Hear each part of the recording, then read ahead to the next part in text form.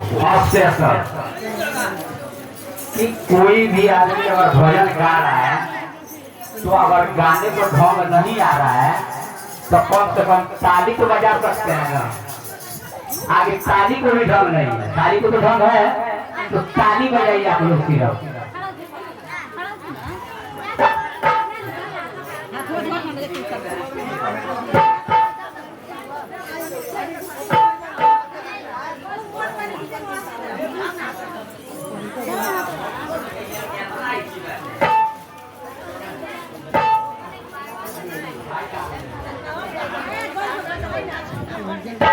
कर लो विचार भैया काहे पिराते हो, कर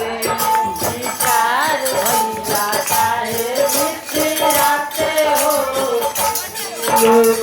विचार भैया काहे पिराते हो, कर लो विचार भैया काहे पिराते हो,